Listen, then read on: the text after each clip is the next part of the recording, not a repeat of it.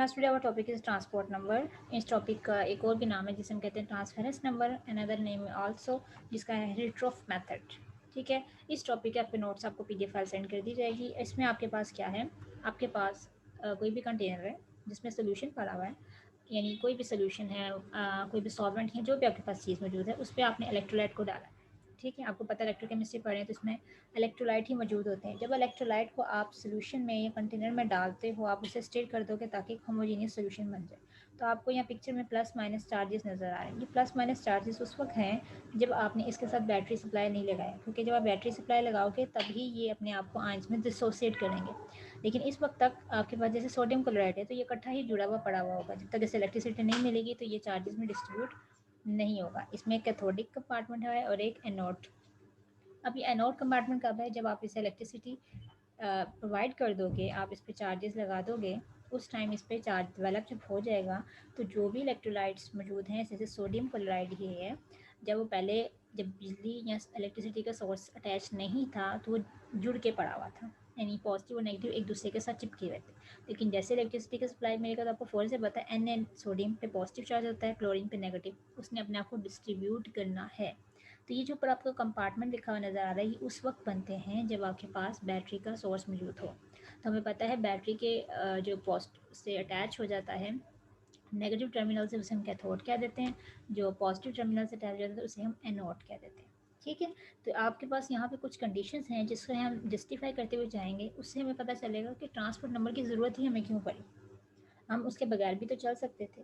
तो इसलिए हमें हमारे पास कंडीशंस है कुछ कि जब आप इलेक्ट्रिसिटी का सप्लाई नहीं करते तो पूरे पेयर की फॉर्म में चीज़ें पड़ी रहेंगी। ये इसकी पहली कंडीशन है कि नॉर्मल है आपके पास हर चीज़, without when there is no supply of electricity, कोई चार्जेस डिस्ट्रीब्यूट अपने आप को नहीं करेंगे, एक होमोजेनिटी पूरे सोल्यूशन में होगी। उसके बाद आपके पास एक नेक्स्ट कंडीशन है कि पॉसिबिलिटी है, अगर अपने आप को इलेक्ट्रोड की प्रेजेंस में, जब इलेक्ट्रोड डेवलप हो चुके हैं, चार्जेस डेवलप हो गए हैं, तो आपके पास जो भी इलेक्ट्रोलाइट है, उस इलेक्ट्रोलाइट में जब भी आपको फॉर एग्जांपल सोडियम है, ठीक है, अब सोडियम क्लोराइड का फॉर्मूला क्या होता है आपके पास, NaCl। तो जब ये चार्ज में डिवाइड होता है तो Na पे क्या चार्ज आ जाता है, सोडियम पे क्या आ जाता है पॉजिटिव, और क्लोरीन पे क्या आता है नेगेटिव। तो आपके पास देयर इज अ चांस या तो ये दोनों इकट्ठे मूव कर लें, या ये दोनों इकट्ठे मूव ना करें, उसमें से कोई एक पार्ट मूव कर रहा हो, या अगर ये मूव कर रहे हैं तो दोनों की स्पीड डिफरेंट हो। तो ये सारी इसके पास पॉसिबिलिटीज़ हैं इसको मूव करवाने की। So there is a chance, ये तीनों पॉसिबिलिटीज़ हैं कि कोई एक मूव करे, दोनों इकट्ठे एक स्पीड से मूव करें, या दोनों डिफरेंट स्पीड से मूव करें। तो इन सारी पॉसिबिलिटीज़ को हम लेके आगे चलेंगे ताकि हमें ये पता चल सके कि why we have to develop transport number, इसकी अहमियत क्या है, इसकी ज़रूरत ही क्यों पेश आई।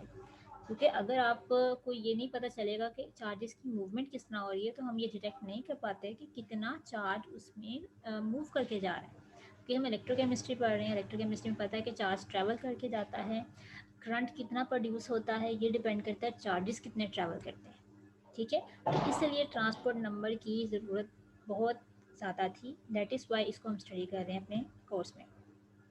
ठीक है, नेक्स्ट आपके सामने नज़र आ रहे हैं कि अब इन कंडीशंस को हम अप्लाई करके देखते हैं। ठीक है, सबसे पहले इनिशियल कंडीशन में तो हमें पता चल गया कि आपके पास सारा चीज़ें एक होमोजेनिटी में, कोई चार्ज की डिस्ट्रीब्यूशन नहीं है, चार्ज ने अपने आप को डिवाइड नहीं किया पॉजिटिव और नेगेटिव साइड पे। अब नेक्स्ट पे हम देखते हैं कि जब आपके पास क्या हो, when only K10 move, K10 पे क्या चार्ज होता है पॉजिटिव। इसका मतलब आपके पास क्या कंडीशन, ऐसा चीज़ डेवलप आपके पास कंडीशन हो जिसमें सिर्फ पॉजिटिव चीज़ मूव कर सके, नेगेटिव चीज़ ना मूव करे। ठीक है, इस चीज़ को हम आगे स्टडी करते हैं कि कैसे हैं। अच्छा जी, अब आप देखो, मैंने अब छोटा सा एक आपको स्केच दिया है कि आपके पास प्लस माइनस में चार्जेस मौजूद थे। ठीक है, ये जो प्लस माइनस में चार्जेस मौजूद हैं इस वक्त, आप देख सकते हो कि ये जो प्लस माइनस में चार्ज हैं आपके पास एनोड पे और कैथोड पे, जब आपने इलेक्ट्रिसिटी सप्लाई किया तो कुछ हिस्से आपस में थोड़ा सा डिवीजन होने लगे। यानी ये क्यों डिवीजन हो रही है, क्योंकि आपके पास पता है कैथोड पे नेगेटिव मूव करना चाहता है, पॉजिटिव एनोड की तरफ, यानी ये डिस्ट्रीब्यूशन हो रही होती है कि किसने किस इलेक्ट्रोड की तरफ जाना है।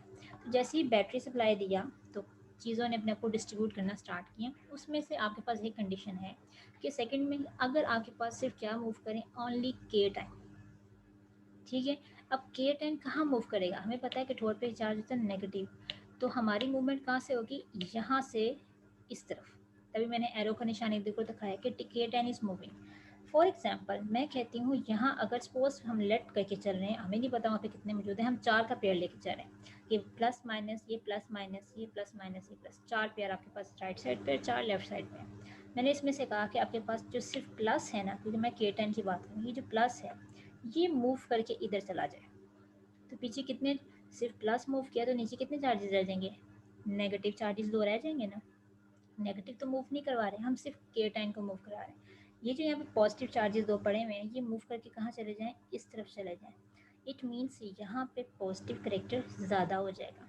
पहले तो 4 का पेयर बना पड़ा हुआ था, उन 4 पॉजिटिव के पेयर के अलावा भी 2 पॉजिटिव अलग से ऐड हो गए। ठीक है, तो मूवमेंट कितनी हुई आपके पास, 2 की। क्लियर। तो K10 कितने मूव किए हैं, 2। अब एट अ टाइम आपको ये याद रखना है, जब भी कोई चार्ज चाहे K10 मूव करता है तो अपने पीछे नेगेटिव तो छोड़ता है। ऑल्थो वो मूव नहीं कर रहा, but it is responsible for the source of production of electricity. Movement जिसने की है वो पॉजिटिव चार्जेस ने की है, उन पॉजिटिव चार्जेस की वजह से, जाने की वजह से पीछे नेगेटिव चार्जेस रह गए। जितने पॉजिटिव चार्ज चाहते हैं या जितने पॉजिटिव चार्जेस क्रिएट होते हैं उतना ही नेगेटिव चार्ज भी बनता है।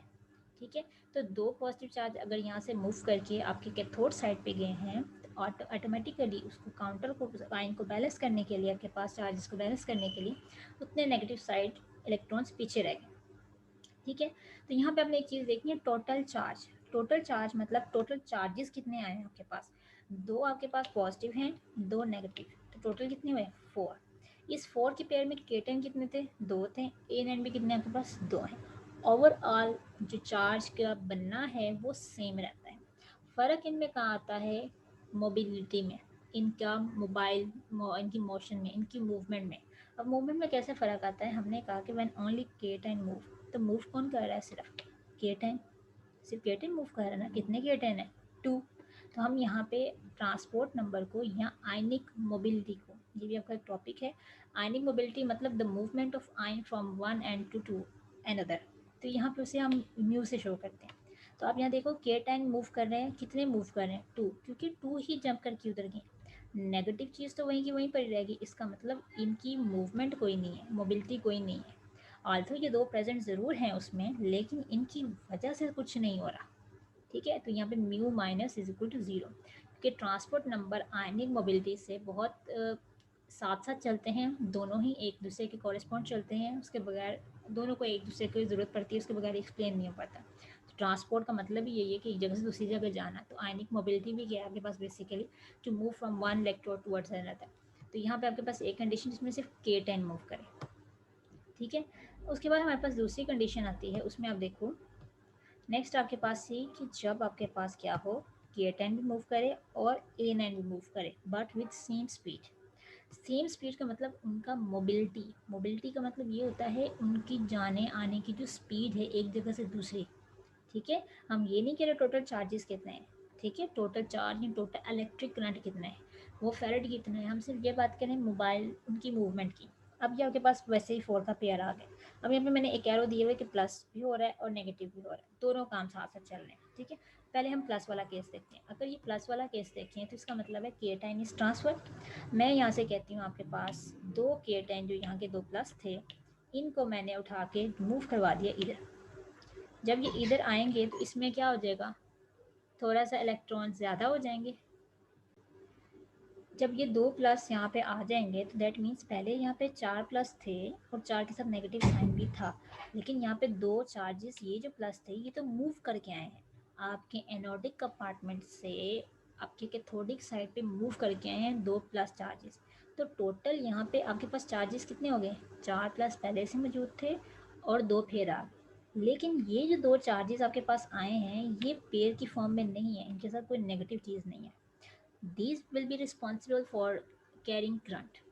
जो पेयर में चीज़ होती है वो कैरी नहीं करती करंट को। ठीक है, हमने ये कहा कि आइंस A9 भी मूव करें, K10 भी करें। अब K10 को तो मूव करवा लिया, अब नेक्स्ट मेरा काम है, ये सारा एक ही स्टेप में है। अब यहाँ से जो 2 नेगेटिव चार्जेस है ना, जब नेगेटिव निकलेगा तो पीछे क्या छोड़ेगा, पॉजिटिव। ये नेगेटिव चार्जेस इस तरफ आ गए। ठीक है, अब यहाँ पे पहले से दो नेगेटिव चार्जेस क्रिएट हुए थे क्योंकि के टाइन ने मूव किया था। के टाइन जब पेयर में से निकल जाएगा पीछे ऑटोमेटिकली ए नाइन बचेगा, तो दो ए नाइन तो पहले से मौजूद थे और दो ए नाइन यहाँ से मूव करके आ गए, तो टोटल कितने हो गए यहाँ पे भी 1 2 3 4, और यहाँ पे कितने पॉजिटिव चार्ज रहेंगे 1 2 3 4, टोटल चार्जेस 4 यहाँ भी हैं और 4 यहाँ भी हैं। तो इसका मतलब 4 के टेन और 4 ए नाइन, टोटल जो करंट बनेगा वो कितना की वजह से बनेगा, वो टोटल होगा 8, यानी जो करंट इसमें से पास करके जाएगा, क्योंकि जितने चार्जेस होते हैं उतना करंट कैरी होता है। लेकिन इनकी आयनिक मोबिलिटी को आप चेक करो तो आप देखोगे अगर यहाँ पे कितने मूव किए हैं, दो यहाँ से मूव किए हैं तो दो ही उसी वक्त यहाँ पे आए नेगेटिव साइड पे आए हैं, तो 2 के 10 मूव किए हैं तो at a time 2 he negative आए हैं बट विद सेम स्पीड। ठीक है, तो इसलिए हम यहाँ पे लिखा हुआ mu plus is equal to X. X क्यों लिखा हुआ है यहाँ पे, हमने यहाँ पे बताया मोबिलिटी इसकी एक्स है। ठीक है, आप यहाँ पे भी ऊपर वाले पे भी एक्स कर दें, मोबिलिटी एक्स है और नेगेटिव आयन की भी, क्योंकि दोनों सेम स्पीड से जा रहे हैं। आप ये नहीं कहोगे कि दो इलेक्ट्रॉन आए हैं दो गए इसलिए इस गए, इनकी आयनिक मोबिलिटी जो है वो आपके पास इक्वल रेट पे है। ठीक है, आप ये भी याद कर लो, आपको मुश्किल ना हो तो आप टू टू कह लो, अगर सेम पैरामीटर में जा रहे हैं जितने इलेक्ट्रॉन्स केटन मूव कर रहे हैं उतने ही नेगेटिव आयन मूव करें, तो यानी दोनों ने पार्टिसिपेट किया है, तो आपके पास ये आएगा। उसके बाद तीसरी कंडीशन थी अगर आपके पास क्या हो मूवमेंट हो बट विद डिफरेंट। ठीक है, तो यहाँ पे आपके पास सिंपल सा एक इक्वेशन सामने आपके लिखी हुई है, एक पिक्चर, आप छोटा सा पिक्चर की रिप्रेजेंटेशन है कि अगर थर्ड केस में स्पीड वेरी होती है, तो स्पीड वेरी में देखो मैंने यहाँ से कह दिया कि यहाँ से आपके पास तीन केटाइंस जो हैं वो मूव कर रहे हैं, ये तीन केटाइन जब मूव करेंगे तो इधर आएंगे, जब केटाइन निकल जाएगा तो पीछे क्या रह जाएगी, नेगेटिव चीज़ें। ठीक है, और तीन का इजाफा इस तरफ हो गया। क्लियर। दूसरी तरफ मैं कह रही हूँ कि आपके पास यहाँ पे स्पीड वेरी कर रही है, तो आप स्पीड वेरी से में रखो कि इनका जो ट्रांसफ़र है एक दूसरे की तरफ मूवमेंट है, माइग्रेशन है आइंस की, वो डिफरेंट है। अगर तीन पॉजिटिव आ रहे हैं तो उसकी जगह पे उसको डिस्प्लेस करें टू नेगेटिव, आप फोर कर दो इतने भी कर दो लेकिन सेम नहीं होती। तो अगर तीन इस तरफ आ रहे हैं तो दो नेगेटिव यहाँ से मूव करके जा रहे हैं इस तरफ, नेगेटिव चीज़ निकलेगी तो पीछे क्या रह जाएगी, ये पॉजिटिव चीज़ बच गई। तीन पहले थे दो ये आ गए, टोटल कितने हो गए 5, इधर तीन पहले थे अब दो का इजाफा फिर हो जाएगा जो ये वाले हैं, तो कितने हो गए टोटल 5।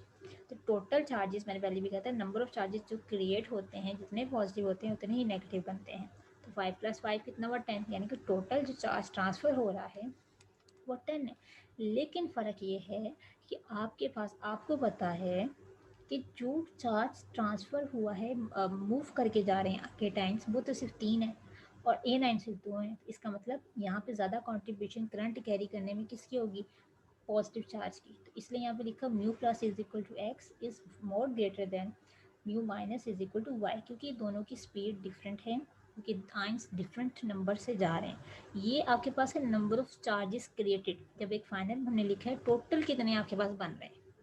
ठीक है, वो चाहे मूवमेंट करके बन रहे हैं चाहे जगह छोड़ के बन रहे हैं, जो पीछे बच रहे हैं उनके साथ। तो यहाँ पे इनकी मोबिलिटी जो है मूवमेंट जो रेट है वो इनका वेरी करता है। ठीक है, तो यहाँ पे जहाँ वेरी आ जाता है ज़रूरी नहीं हर चीज़ सेम हो, तो वहाँ पे हमारे लिए ट्रांसपोर्ट नंबर ज़रूरी हो जाता है। यही चीज़ बेसिकली रिस्पॉन्सिबल बनती है कि आपके पास कंट्रीब्यूशन किसकी कितनी है, क्योंकि नंबर ऑफ़ चार्जेस तो सेम क्रिएट होते हैं। ठीक है, तो ये याद रखना quantity of the charge discharge by K10 in A9 will same, यानी जितना चार्ज डिवेलप होगा पॉजिटिव उतना ही नेगेटिव होगा, वो मौजूद रहेगा, उनकी क्वांटिटी तादाद सेम रहेगी। लेकिन जो इलेक्ट्रिसिटी पास करती है वो डिपेंड करती है आपकी मोबिलिटी कितनी है, आपकी स्पीड कितनी है, आयन कितनी तादाद में ट्रांसफ़र हो रहे हैं, टोटल नंबर पे नहीं डिपेंड करता, और इंडिविजुअल आयन की अपनी ट्रांसफ़र रेट पे डिपेंड करता है। Sum of mobility of ions is equal to mu plus plus mu minus, ये पॉजिटिव चीज़ के टाइन को शो करी और ये नेगेटिव इन आयन। तो हम इसी को फॉलो करते हैं। दूसरा, जितनी इलेक्ट्रिसिटी आपकी पास करती है किसी एक आयन पे वो डायरेक्टली प्रोपोर्शनल है मोबिलिटी ऑफ आयंस के।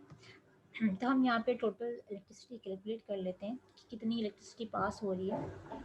पहले केस में आपके पास क्या था, जो हमने सेकंड केस लगाया था कि जब आपके पास सिर्फ K10 ट्रांसफ़र करते हैं, मैंने उसके साथ लिखा था ना म्यू टू, सिर्फ 2 K10 से आ रहे हैं, नेगेटिव चीज़ तो मूव ही नहीं कर रही थी उसमें, तो उसकी जगह 0 आ गया। तो म्यू प्लस इसके फॉर्मूला म्यू माइनस में किया तो आंसर क्या है 2। ठीक है, टोटल एनर्जी टोटल जो ट्रांसफ़र है वो 2 है। दूसरा आते हैं, दूसरा हमने जो देखा उसमें क्या था, 2 आयन पॉजिटिव पास हो रहे थे तो उसी टाइम 2 नेगेटिव पास हो रहे थे विद सेम स्पीड, 2 + 2 कितना हो गया 4। उसके बाद तीसरे पे आते हैं, उसके बाद आपके पास क्या आता है, जितने आयन 3 मूव किए थे केटाइन, तो उस टाइम 2 आयन्स मूव किए थे A9, तो 3 + 2 कितना हो गया 5। इसका मतलब जो जितनी इलेक्ट्रिसिटी पास्ट होगी वो टोटल क्या है 5। ये जो टोटल इलेक्ट्रिसिटी पास्ट है ये टोटल नंबर ऑफ चार्जेस नहीं है, ठीक है, क्योंकि टोटल नंबर ऑफ चार्जेस वो होते हैं जो आपके टोटल उसमें बनते हैं, जो डेवलप होते हैं, ठीक है। तो ये जो म्यू प्लस और म्यू माइनस है बेसिकली ये आपके पास नेसेसरी होता है ट्रांसपोर्ट नंबर के लिए। देन आपके पास क्या होता है ट्रांसपोर्ट नंबर हम निकालेंगे कैसे। फॉर एग्जांपल हम फोर्थ केस को देखते हैं, जिसमें हमने कहा था कि उसका म्यू प्लस टोटल जो इलेक्ट्रिसिटी प्रोड्यूस है वो कितना है 5। मैं आपसे कहती हूँ अब टोटल तो आपको पता चल गया 5 है, लेकिन आप ये बताओ इसमें पॉजिटिव चीज़ की कितनी कॉन्ट्रीब्यूशन, दोनों मिलकर तो 5 बना रहे हैं। इस टोटल 5 में पॉजिटिव चार्ज कितना है, उसकी मोबिलिटी कितनी है 3। तो आपसे जब ये कहा जाए तो आप बताओ कि एक में कितनी होती है, तो आप क्या करते हैं 3/5, ठीक है। मैं आपसे कहती हूँ 100 में निकाल के दिखाओ, तो आप क्या बोलोगे 3/5 मल्टीप्लाई 100, यानी उसकी कंट्रीब्यूशन डिपेंड करती है आपके पास कि आप पहले निकालो जिस भी स्पीशी की देखी उसकी इंडिविजुअल, उसको डिवाइड कर दो उसके टोटल पे, तो आपके पास सम आ जाता है, ठीक है। तो 3 + 5 कितना हो जाता है, 3 क्या है बेसिकली म्यू प्लस, और दूसरा क्या है mu plus mu minus, total नीचे टोटल है तो टोटल मिलकर इससे बनता है म्यू प्लस और म्यू माइनस है। तो आपके पास केटाइनिक स्पीशी के लिए ट्रांसपोर्ट नंबर निकालने का फॉर्मूला क्या है, म्यू प्लस यानी केटाइन की कितनी मोबिलिटीज़ है, कितने नंबर ऑफ चार्जेस केटाइन के पास कर रहे थे एनोड से कैथोड की तरफ, और नीचे टोटल सम आ जाएगा। 3 को 5 में डिवाइड करते हैं आंसर क्या आता है 0.6, और नीचे क्या आता है 60%, ठीक है। अगर परसेंटेज में बताएंगे तो सिंपल क्या होगा 100 से मल्टीप्लाई कर देते हैं। इसी तरह अगर नेगेटिव साइड की देखते हैं कि टोटल 5 अगर आपका मोबिलिटी रेट आ रहा है, इलेक्ट्रिसिटी पास हो रही है, तो उसमें से 2A9 थे, तो 2/5 = 0.4। अगर परसेंटेज में निकालेंगे तो 40% आ जाएगा।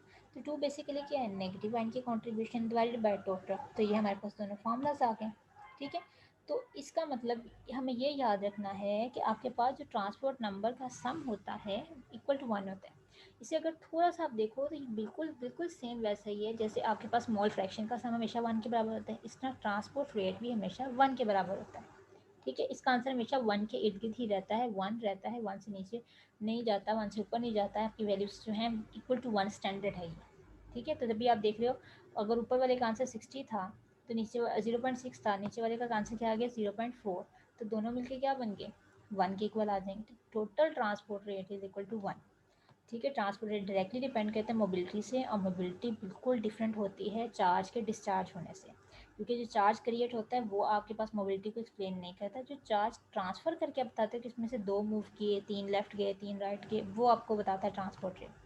उसके बाद ट्रांसपोर्ट नंबर है केस 3 का, जिसमें हमने कहा था mu plus is equal to 2, mu minus is equal to 2, यानी जितने केटाइन मूव कर रहे हैं उतने ही A9 मूव कर रहे हैं। तो टोटल कितने हो गए इसके 2 + 2 कितने होते हैं 4, ये हमने ऊपर निकाला था। तो मैं आपसे कहती हूँ इसमें बताओ ट्रांसपोर्ट नंबर किसका बताओ, इसका बताओ कि A9 की K10 कितने हैं, तो K10 4, टोटल में कितने हैं 2, टोटल कितना था 4, डिवाइड आंसर क्या आएगा 0.5। दूसरी तरफ टी नेगेटिव यानी ट्रांसपोर्ट नेगेटिव को लगाना, नेगेटिव भी 2 ही पास कर रहे थे क्योंकि जितने पॉजिटिव राइट टू लेफ्ट के, लेफ्ट टू राइट भी इतनी चीज़ें मूव हुई, तो 2/4 0.5, 0.5 को प्लस करेंगे तो आंसर क्या आ जाएगा 1। इसका मतलब केस 2 भी आपको पता चल गया। केस 3, केस फॉर 2 में देखते हैं। जो सबसे पहला केस है जिसमें हमने कहा था नेगेटिव चीज़ें मूव नहीं करी, सिर्फ पॉजिटिव चीज़ मूव करी, तो यहाँ पे क्या है mu plus is equal to 2 mu negative. 2 negative charges बनते ज़रूर हैं लेकिन वो मूव नहीं करते, तो म्यू शो करता है आयनिक मोबिलिटी, कितने चार्जेस आयन्स मूव किए हैं। तो टोटल 2 + 0 कितना होता है 2 ही रहता है, तो प्लस की चार्ज कर दो 2 + 2 is equal to 1, T plus is equal to 1। Negative चीज़ की वजह से तो कुछ मूवमेंट नहीं हो रही, तो ये ट्रांसपोर्ट नंबर आपको ये बताता है जो भी आपको करंट प्रोड्यूस हो रहा है उसमें किसकी कितनी कंट्रीब्यूशन है, ठीक है। तो ये ट्रांसपोर्ट नंबर इसे कहते हैं।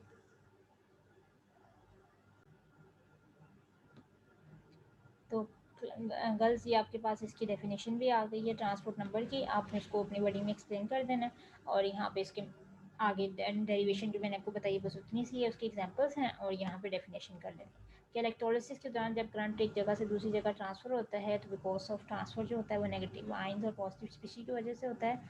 हम इसकी फ्रैक्शन निकाल लेते हैं कि हर एक आयन की कंट्रीब्यूशन क्या होती है। ज़रूरी नहीं कि ये हर दफ़ा सेम हो, ये वेरी भी कर सकती है। अभी हमने केस स्टडी किए थे कि 3 और 2 की ट्रैवल देखा, 2 2 का करके देखा कि 2 K10 और 2 A9 हो, 3 K10 और 2 A9 हो, तो ये वेरी कर सकता है। ठीक है, तो यहाँ पर म्यू प्लस को शो किया गया K टाइम की वेलोसिटी के लिए, और उसके बाद म्यू नेगेटिव को शो किया गया है दूसरी। ट्रांसफर नंबर की, ट्रांसपोर्ट नंबर की डेफिनेशन क्या है? The fraction of the total current carried by a given ion in a solution is called transport number. It is represented by T plus for K10 and T negative for this. तो ये दो equations आ गई। उसके बाद यहाँ पे आप इन दोनों इक्वेशन को आपस में सॉल्व कर लो, डिवाइड कर लो, तो आपके पास ये पेयर आ जाएगा। तो आपके पास ट्रांसपोर्ट नंबर किसी भी आयन का डायरेक्टली प्रोपोर्शनल होता है टू देयर एब्सोल्यूट वेलोसिटी। आप इसको मोबिलिटी भी कह सकते हो, वेलोसिटी भी कह सकते हो। ठीक है, तो हर चीज़ अपनी आयन की स्पीशी की मोबिलिटी पर डिपेंड करता है कितना मूव करता है। अगर आयंस की वेलोसिटी बिल्कुल सेम होगी तो दोनों, इसका मतलब होता है 50-50, यानी दोनों मिलकर काम करें। जैसे अभी हमने 2 और 2 का किया कि 2 K10 मूव करेंगे, 2 A9 मूव करेंगे। ठीक है, अगर वो बराबर नहीं होते तो इसका मतलब थोड़ा फ़र्क पड़ता है, इनकी कंट्रीब्यूशन में चेंज रहती है। तो जिसकी स्पीड ज़्यादा होगी वो ज़्यादा अच्छी तरह कंट्रीब्यूट करेगा। तो आप देख लो, जिसकी फ्रैक्शन ज़्यादा है, अगर मैंने कहा था 3 K10 मूव कर रहे हैं तो और 2 A9 मूव कर रहे हैं, तो कंट्रीब्यूशन 3 की ज़्यादा होगी, तो उसका मतलब उसकी स्पीड ज़्यादा होगी करंट कैरी करने में।